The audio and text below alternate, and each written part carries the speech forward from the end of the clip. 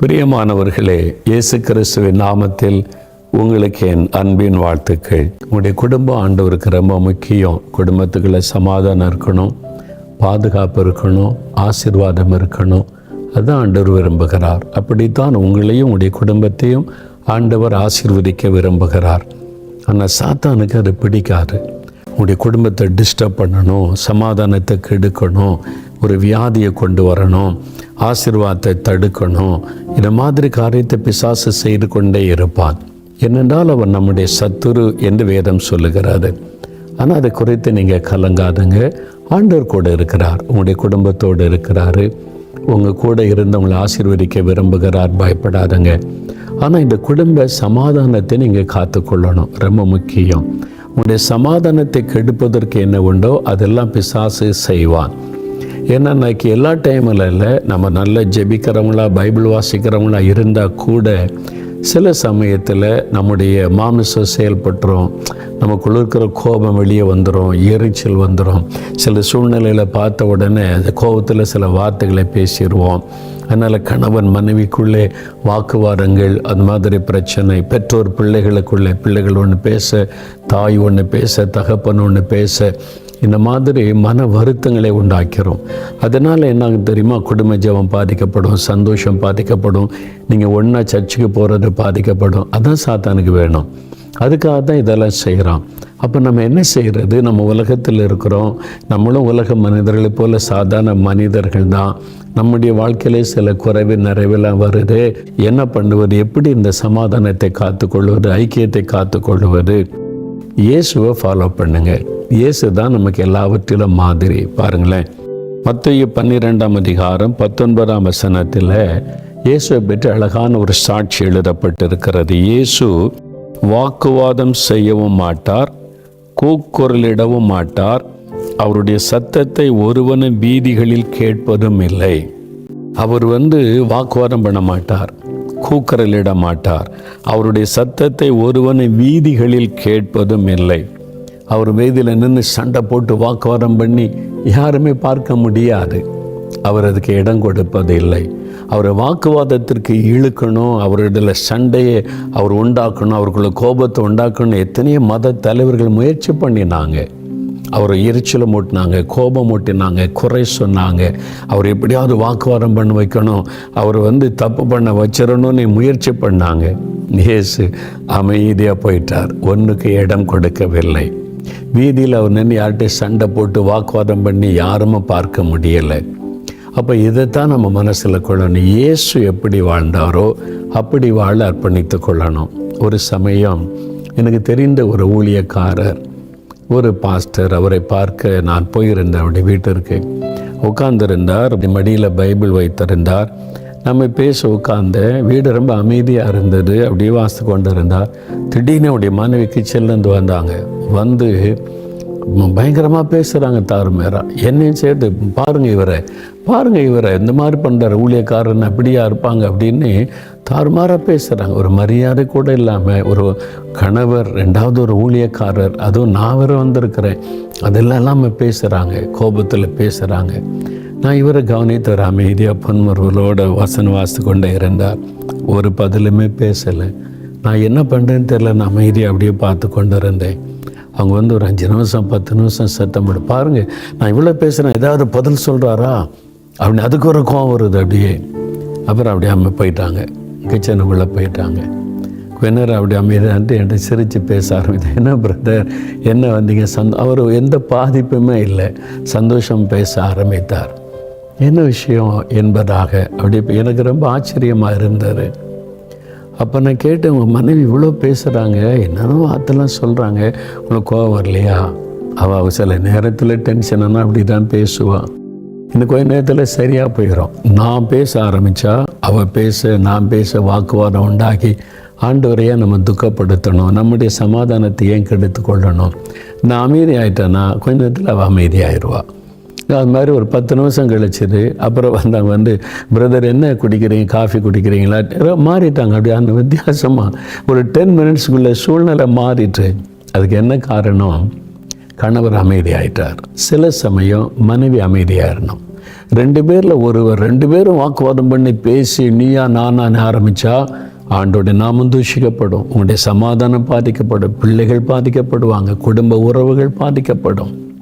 எதற்கு அதுக்கு கோபம்? ஒரு மனைவி ஒரு சமயத்தில் டென்ஷன் ஆகிடுவாங்க. அவங்களுடைய சூழ்நிலை, அவங்க வேணுக்குன்னெல்லாம் கோபப்படுறதில்லை. அவங்க இருக்கிற சூழ்நிலை, ஃபேமிலி, அந்த வேலைகள், அந்த காரியத்தில் சில சமயம் டென்ஷன் வரக்கூடும்.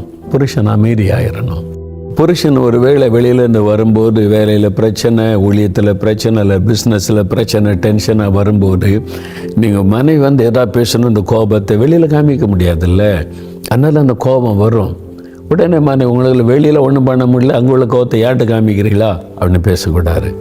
சூழ்நிலை புரிந்து கொண்டு நீ கொஞ்சம் அமைதியாக இருங்க, தன்னால் அந்த கோபம் போயிடும். கொஞ்ச நேரத்தில் அந்த அமைதி, அந்த வாக்குவாதத்துக்கு இடம் கொடுக்காமல் அமைதி ஆயிட்டிங்கன்னா அப்படியே அவங்க சாந்தமாயிடுவாங்க. அவங்களுக்கே தெரியும் நான் தப்பு பண்ணுறேன், என் மனைவிட்ட நான் கோபப்படணும், வெளியில் பிரச்சனைக்கு கொஞ்ச நேரத்தில் அமைதி ஆயிடுவாங்க. அப்போ இயேசுவை பின்பற்றணும்.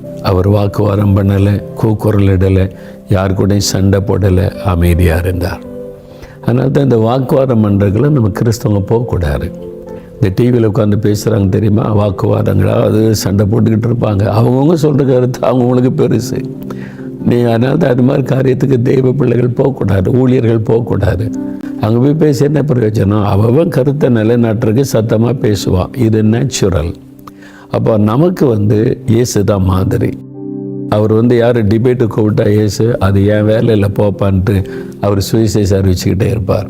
அதனால் அதுக்கெல்லாம் போகாதுங்க. உங்கள் பாட்டில் அமைதியாக இருங்க. வாக்குவாதம் பண்ணிக்கிட்டே இருக்கட்டும். ஒரு நாள் பேசுவான், சத்தம் போடுவான், அதோட முடிஞ்சிருக்காது. நமக்கு இயேசு தான் மாதிரி. பொறுமையாக இருங்க, வாக்குவாதத்துக்கு இடம் கொடுக்காதுங்க. பிள்ளைகிட்ட வாக்குவாதம் பண்ணாங்க, பிள்ளை கோவத்தில் டென்ஷனில் பேசுது, அவங்களுக்குள்ளே சில வருத்தம் இருக்கும். எனக்கு அப்பா இதை செய்ய மாட்டேங்கிறான், அது செய்ய மாட்டேங்கிறான், அந்த குடும்பத்தில் அப்படி இருக்கிற அப்படி ஒரு வாக்குவாதம் வரும். கொஞ்சம் பொறுமையாக இருங்க. உடனே கோவப்பட்டு பிள்ளைகளை திட்டி மேலே மேலே காயப்படுத்தாங்க. அடுத்த நிமிஷம் சரியாயிரும். ஒருத்தர் அமைதியாயிட்டாலே அடுத்த சூழ்நிலை மாறிடும். எதுக்கு நம்ம குடும்ப சமாதானத்தை நம்மளே கெடுக்கணும்? இல்லை, இதைத்தான் கணவன், மனைவி, பெற்றோர், பிள்ளைகள் எல்லாருமே புரிந்து கொள்ளணும். வாக்குவாதத்துக்கு இடம் கொடுக்காதங்க. தயவு செய்து வார்த்தை விட்டுறாங்க. கோபத்தில் நீங்கள் பேச ஆரம்பிச்சிங்கன்னா வார்த்தைகள் வீணாக வந்துடும். அது காயப்படுத்திட்டுனா லைஃப் லாங் அது போகாது. அதனால் அமைதியாயிருங்க, பொறுமையாயிருங்க.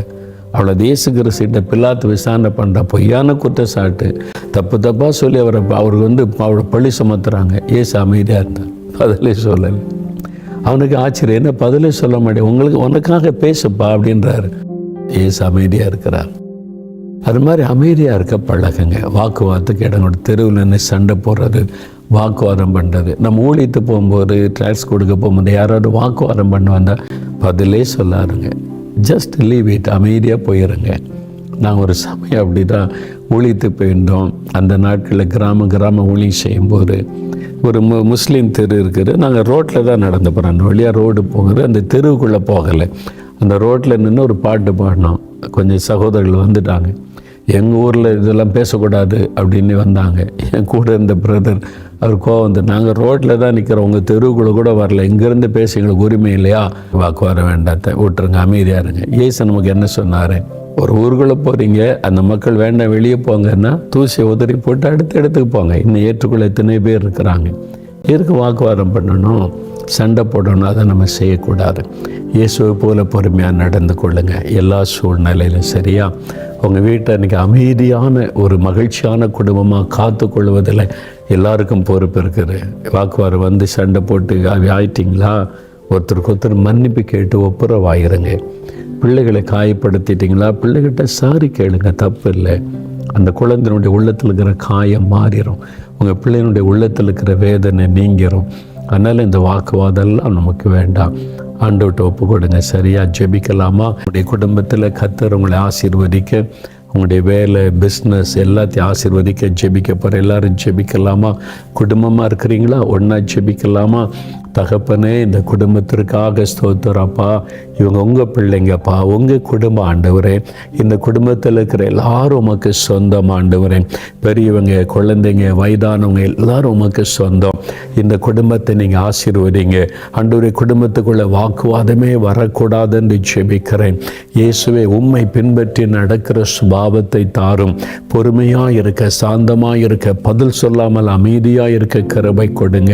இந்த வாக்குவாதங்கள், சண்டைகள், கூக்குரல்கள் எங்கள் வீட்டுக்குள்ளே கேட்கப்படவே கூடாது. இயேசுவின் ரத்தத்தை தெளித்து ஜெபிக்கிறேன். இந்த ஒரு மனதை கெடுக்கிற பிசாசின் தந்திரங்கள், வாக்குவாதங்களை உண்டாக்குகிற பிசாசு இயேசுவின் நாமத்தில் குடும்பத்தை விட்டு விலகி போகட்டும். இன்றைக்கு ஒரு ஒப்புரவாகுதல் உண்டாகட்டும்.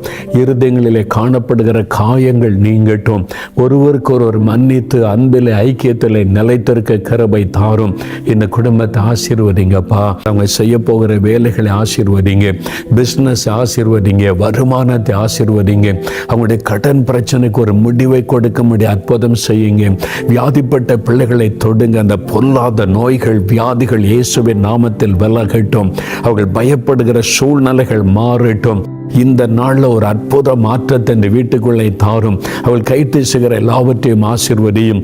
ஊழியங்களை ஆசீர்வதியும். ஊழிய தேவைகளை சந்தியும். இயேசு கிறிஸ்துவின் நாமத்தில் ஆசீர்வாதம் பூரணமாக இந்த பிள்ளைகளுடைய குடும்பத்தில் உண்டாயிருக்கட்டும். இயேசுவின் நாமத்தில் ஜெபிக்கிறேன் பிதாவே. ஆமேன், ஆமேன்.